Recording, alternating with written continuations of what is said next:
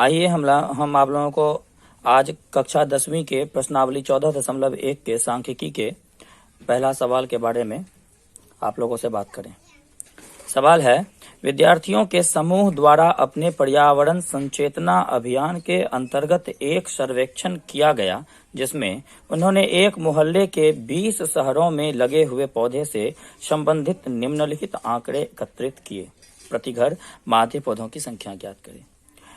आंकड़ा आपको दिया हुआ है, पौधों की संख्या है और नीचे घरों की संख्या है। ऐसे एक घर थे जिन्होंने 0 से 2 पौधे लगाए, ऐसे 2 घर थे जिन्होंने 2 से 4 पौधे लगाए, ऐसे एक घर थे जिन्होंने 4 से 6 पौधे लगाए, ऐसे 6 घर थे जिन्होंने 8 से 10 पौधे लगाए, ऐसे 2 घर थे जिन्होंने 10 से 12 पौधे लगाए, ऐसे 3 घर थे जिन्होंने 12 से 14 घर लगाए। अब इस आंकड़े से हमको क्या करना है, प्रत्येक घर में पौधों की माध्य संख्या निकालना है।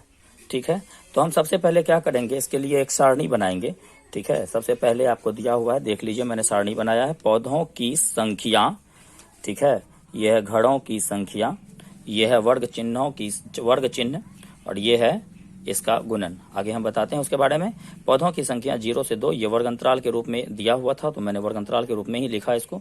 ठीक है, 0 से 2, 2 से 4, 4 से 6, 6 से 8। ठीक है, अब इसकी बारंबारता दी हुई थी जो, मैंने उसको भी लिख दिया बारंबारता। अब मैंने इसका वर्ग चिन्ह निकाला। वर्ग चिन्ह कैसे निकाला देख लीजिए एक बार।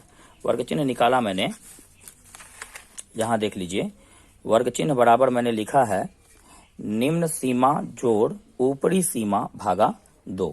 ठीक है, अब देखिए, इसका निम्न सीमा 0 है और ऊपरी सीमा 2 है, दोनों को जोड़ करके 2 से भागा देते हैं हम, तो हमको 1 निकलता है। तो पहला वर्ग चिन्ह हमारा 1 हो गया। ठीक है, दूसरा वर्ग चिन्ह है 2 और 4 को जोड़ेंगे, 2 और 4 6 हुआ, 6 में 2 से भागा दे करके 3 हुआ, तो दूसरा वर्ग चिन्ह हमारा 3 आया। तीसरा वर्ग चिन्ह भी मैंने निकाला है, 4 + 6 भागा 2 किया, 5 हुआ। 5 मैंने लिखा, मैंने यहाँ देखा कि 1 और 3 के बीच में 2 का अंतर है, 3 और 5 के बीच में भी 2 का अंतर है। अर्थात यहाँ देखेंगे आप, यहाँ भी 2 का अंतर है, यहाँ भी 2 का अंतर है, यहाँ भी 2 का अंतर है। यहाँ जब 2 का अंतर था तो यहाँ वर्ग चिन्ह में भी 2 का अंतर आया। तो इसके बाद हम इस तरीके से वर्ग चिन्ह नहीं निकालेंगे, सीधा क्या करेंगे, 2 जोड़ के ही निकाल लेंगे। जैसे कि 1 में 2 जोड़ के 3 आया, फिर 2 जोड़ के 5 आया, फिर 7, फिर 9, फिर 11, फिर 13, इस प्रकार से। अब हम क्या करेंगे, 1 गुना 1 बराबर 1 हो गया। FI XI निकालेंगे, अर्थात FI और XI को गुना करेंगे तो 1 गुना 1 बराबर 1 हुआ, 2 गुना 3 बराबर 6 हुआ, 1 गुना 5 बराबर 5 हुआ, 5 गुना 7 बराबर 35 हुआ, 6 गुना 9 बराबर 54 हुआ, 2 गुना 11 बराबर 20 हुआ, 3 गुना 13 बराबर 39 हुआ।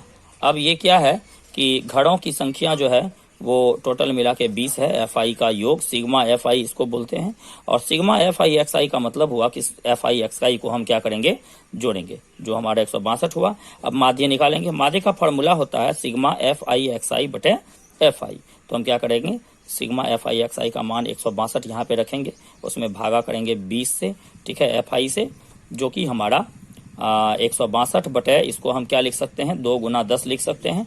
अब 162 को 2 से काट देंगे तो आपका 81 आ रहा है। अब 81 में भागा 10 है, एक अंक के बाद दशमलव बैठाएंगे, 8.1 आएगा। इस प्रकार से प्रति घर माध्य पौधों की संख्या 8.1 होती है।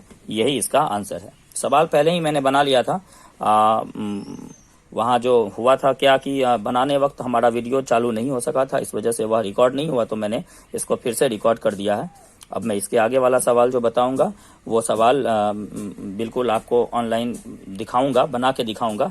ठीक है, अगला सवाल आपको अगले वीडियो में मिलेगा। धन्यवाद।